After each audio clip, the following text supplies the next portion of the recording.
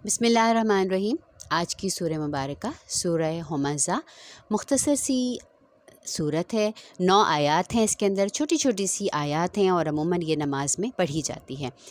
इसमें कुछ आमाल हैं और कुछ आमाल के बदले में अल्लाह की दी हुई सज़ा है, जिसके बारे में आज हम पढ़ेंगे।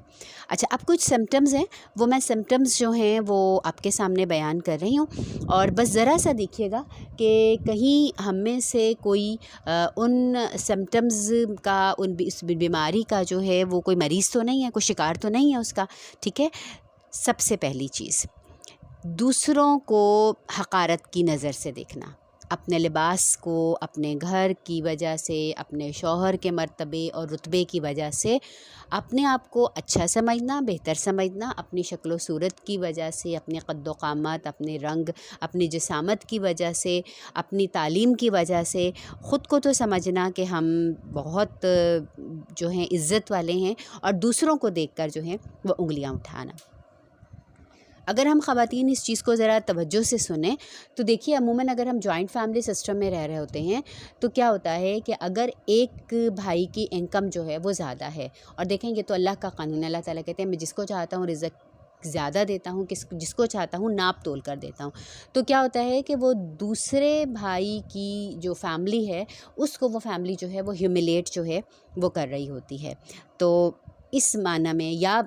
अगर किसी की शक्ल सूरत अच्छी है या किसी एक की तालीम अच्छी है आपस में, तो दूसरे को इस वजह से ह्यूमिलेट करना कि तुम्हारे पास तो इतनी अच्छी डिग्री नहीं है, या किसी के बच्चे अगर माशाल्लाह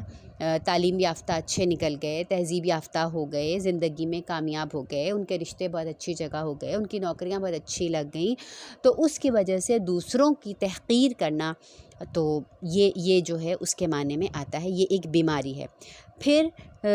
जब कहीं बैठे होना और वो शख्स जो है जिसको हम अपने आप से कमतर समझते हैं या हमारे दिल में उसके लिए कुछ ग्रज है,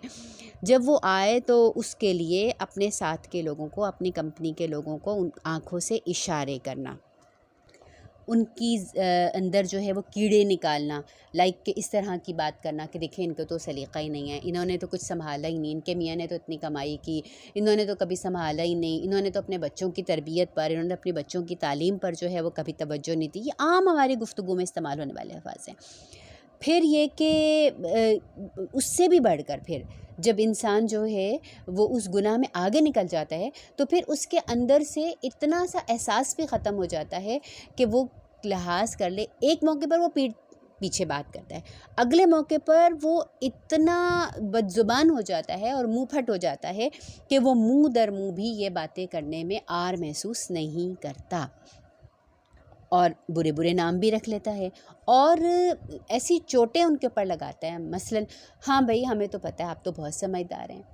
हाँ भाई हमें तो आप पता है कि आपके अंदर तो बहुत ज़्यादा सलीका है। हालांकि कहने वाला जो ये बात कह रहा है बज़ाहिर तो अल्फाज बहुत पॉजिटिव हैं, लेकिन एवरीबॉडी नोज़ कि उसके जो लहजे के अंदर से कैस्टिज़म है वो ये बता रहा है कि